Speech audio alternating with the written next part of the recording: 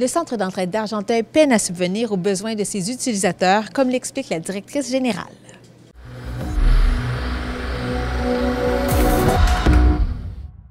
Bienvenue à l'Assemblée générale annuelle. Louise Desrochers, on se retrouve ensemble. C'est l'Assemblée générale annuelle du Centre d'entraide d'Argenteuil. On est le 19 mars. Donc, si on fait ensemble le bilan de l'année 2023, ça ressemble à quoi cette dernière année? Persévérance, difficulté au niveau des aliments, augmentation des coûts de la vie, augmentation des familles aussi qu'on dessert maintenant. Donc, ça devient presque un cri du cœur là, pour le 2024. Oui, parce qu'on parlait lors de la guignolée Triste Record. Vous avez aidé combien de familles ont reçu un panier cette année, en 2023? On a fait 524 paniers. C'est jamais arrivé. On a présentement l'équivalent de 567 familles. 667 familles, je m'excuse. Donc, s'ils décident toute la même journée du jeudi de venir à la distribution alimentaire, on ne pourra pas aider tout le monde. On ne peut pas. En ce moment, on a entre 480 et 500 qui viennent à toutes les semaines, mais en inscription, j'en ai 657 d'inscrits. Alors, j'y arriverai pas. On est un petit peu découragés, on reste au combat, mais on va avoir besoin d'aide. Oui, et vous faites appel à qui donc? Mais on fait appel à ceux qui sont en haut. Il y a le gouvernement, le PSAC et Centraide-Laurentide font le maximum qu'ils peuvent faire. Mais pour nous autres, ça fait plus de 20 ans que les dossiers n'ont pas été réouverts et évalués. Ça fait qu'on travaille juste sur les petits coûts de la vie. C'est pas la réalité de ce qu'on vit, comme plusieurs autres OSBL. Là. Combien vous auriez besoin de plus à toutes les années? Écoute, ou à cette année, concentrons-nous sur 2024? Bien, peut-être comme un 60, 75 000. C'est difficile à évaluer, là.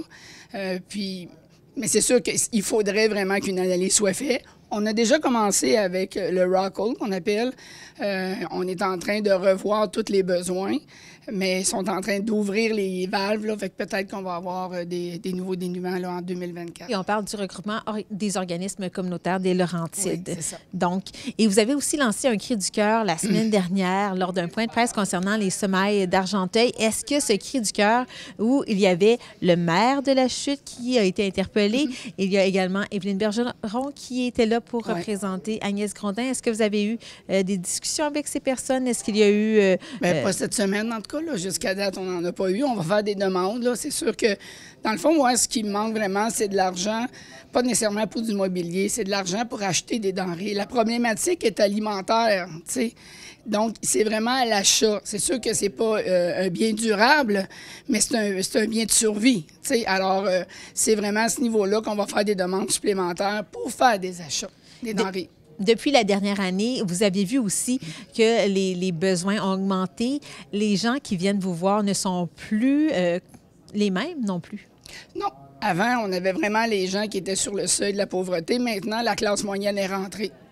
Depuis la COVID, le coût après qu'on a eu, c'est versus les séparations aussi, ce qui fait en sorte que les budgets sont moins hauts, la montée fulgurante des denrées, la montée fulgurante de gaz, tous les frais fixes qu'on a à tous les mois, bien là, la personne qui est seule avec 2 enfants, ça ne marche plus.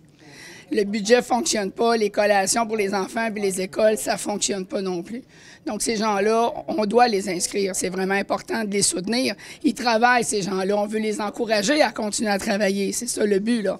Mais là, ces gens-là n'arrivent plus. Et si ces personnes-là n'arrivent plus, comment elles sont accueillies ici? Où j'ai envie de demander, est-ce que vous voyez d'autres problématiques? Donc, on parle de détresse, peut-être, même? Oh, on en a beaucoup, des détresses, là, depuis plus d'1 an. Là, je pense qu'on avait déjà parlé de la détresse psychologique.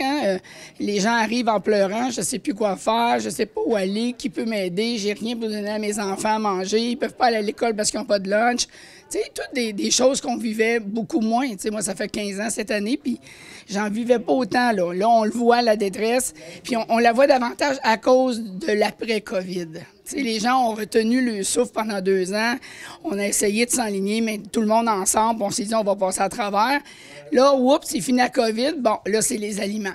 Puis c'est comme si là, c'était trop. Hein, les gens, leur capacité de pouvoir organiser ça, là, c'est comme une surcharge de responsabilité puis d'épreuves. C'est ça. C'était comme trop, là. Oui, et rappelez-nous aussi, donc, avec qui vous faites affaire pour les denrées alimentaires? Bien, nous, le plus gros pourvoyeur, c'est vraiment Moisson-Laurentide. On y va 2 fois par semaine. Et on collabore aussi avec Grainville. On va chercher les denrées pour les aider. On trie les denrées, puis on va leur porter le jeudi. On a aussi le PRS, qui est des produits réutilisables, là, j'en ai 4 maintenant. Donc, j'ai Maxi, j'ai IGA, j'ai Super C, puis j'ai Tic Géant, qu'on va presque à tous les jours chercher les denrées qu'ils doivent enlever, tout en respectant la ligne de vie. Donc, si c'est des choses qui peuvent être congelées, on congèle tout de suite, puis les autres, bien, on fait le tri.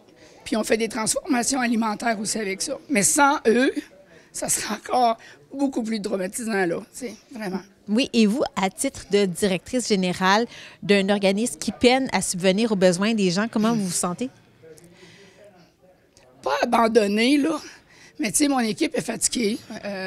On est fatigué, puis on craint aussi le pire. T'sais. Si à un moment donné, on n'est plus capable de nourrir notre monde, est-ce que les gens vont s'en prendre? Est-ce que les gens vont avoir des colères? Parce que là, les mèches sont un petit peu plus courtes. Je ne sais pas comment on va arriver à faire le 2024. Là. Il faut vraiment avoir que quelqu'un nous aide. Puis c'est pas juste mon organisme, là, c'est tous les organismes qui lèvent la main puis qui crient à l'aide. Là. On n'y arrive plus. Mm-hmm. Et puis, est-ce que vous pourriez demander même de l'aide? On pense à la Guignolée. Une fois par année, les gens sont d'une générosité hors norme. Vous récoltez 30 000 $ et plus. Est-ce que vous pourriez demander aux gens de donner? S'il y a des gens à la maison qui écoutent la TVC d'Argenteuil, ils pourraient faire des dons? Ben oui. En tout temps, on prend des dons puis on fait des reçus aussi. Puis dites-vous que tous les dons que vous allez faire vont vraiment aller pour l'achat des denrées. J'ai des commerçants super fins avec nous qui nous donnent des spéciaux en grosse quantité. Fait que ça l'aide vraiment à pouvoir en acheter davantage. T'sais. Mais on peut pas mettre juste un pain puis une boîte de céréales dans la distribution alimentaire. T'sais. Puis pas juste des olives noires non plus, là, pas juste des légumineuses non plus. T'sais. Je pense beaucoup aux enfants à l'école et au lunch. T'sais. Il faut aller dans les collations, dans les bar-tentes pour permettre à l'enfant de pouvoir de se nourrir convenablement pendant qu'il est à l'école. Là. Et qu'est-ce que vous prévoyez pour l'avenir? Gagner 1 million. Hein? On va prendre un billet de l'auto. Espérer d'aller chercher davantage monétairement pour acheter des denrées. Parfois, il y a des subventions qui sont accessibles, mais c'est pas sur les denrées alimentaires. Il faut que ça soit des meubles, il faut que ça soit des choses, du mobilier. Mais tout ce qui est achat, qui n'est pas durable, parce qu'un coup, tu l'as mangé, pour eux autres, c'est comme, c'est important, là. Ça serait bien que les organismes, ça serait bien que les pourvoyeurs puissent saisir que cette année, peut-être pour 1 an ou 2, d'offrir des subventions qui seraient dues pour acheter justement des denrées alimentaires, de dire, OK, c'est correct, là, on le sait le besoin, puis on diffère un peu des autres années, d'ouvrir son cœur au fait que les gens sont vraiment en détresse. Parfait. J'espère que votre crise sera entendue. J'espère vraiment. Puis n'importe qui, vous avez un petit 10, un petit 20, on va tous les prendre. En haut de 20 $, on donne des reçus.